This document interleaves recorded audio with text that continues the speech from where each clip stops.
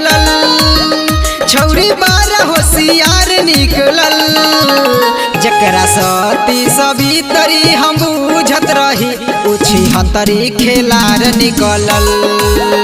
जकरा सती सवितरी हम बुझत रही, उ 76 खेलार निकलल।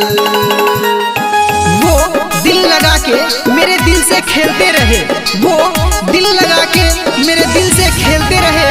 हम सर झुका के सारे सितम को झेलते रहे, झेलते रहे, झेलते रहे, झेलते रहे। बुझनी न हम कहाँ कहाँ जाले, सीधबे गाय भाई लुगा चबाले, लुगा चबाले, लुगा चबाले। बुझनी न हम कहाँ कहाँ जाले, सीधबे गाय भाई लुगा चबाले, लुगा चबाले। एकर कई गो यार निकलल, एकर प्रेमी पटीदार निकलल। जकरा सती सवितरी हम बुझत रही, उ 76 खेलार निकलल। जकरा सती सवितरी हम बुझत रही, उ 76 खेलार निकलल। मत करना इक्स बहुत झमेले है, मत करना इक्स बहुत झमेले है। हंसते तो साथ थे मगर रोते अकेले हैं, रोते अकेले हैं, रोते अकेले हैं, रोते अकेले।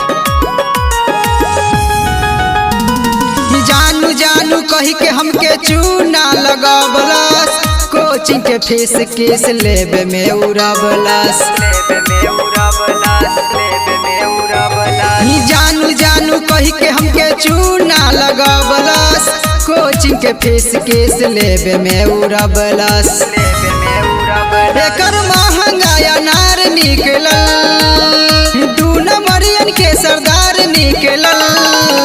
जकरा सती सवितरी हम बुझत रही, उ 76 खेलार निकलल। जकरा सती सवितरी हम बुझत रही, उ 76 खेलार निकलल।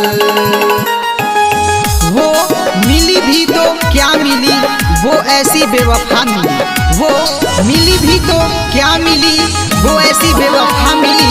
इतने तो मेरे गुनाह ना थे जितनी मुझे सजा मिली, सजा मिली।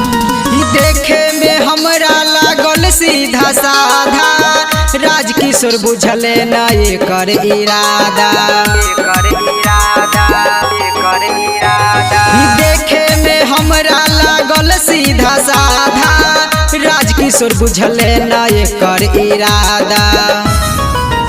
चंदन दीपू संग बाजार निकलल, अमरजीत के प्यार निकलल। जके सती सवितरी हम बुझत रही, उ 76 खेलार निकलल। जकरा सती सवितरी हम बुझत रही, उ छौरी खेलार निकलल, छौरी खेलार निकलल। अरे पूरा इंडिया हिली बाबू, खाली तू देखत जा।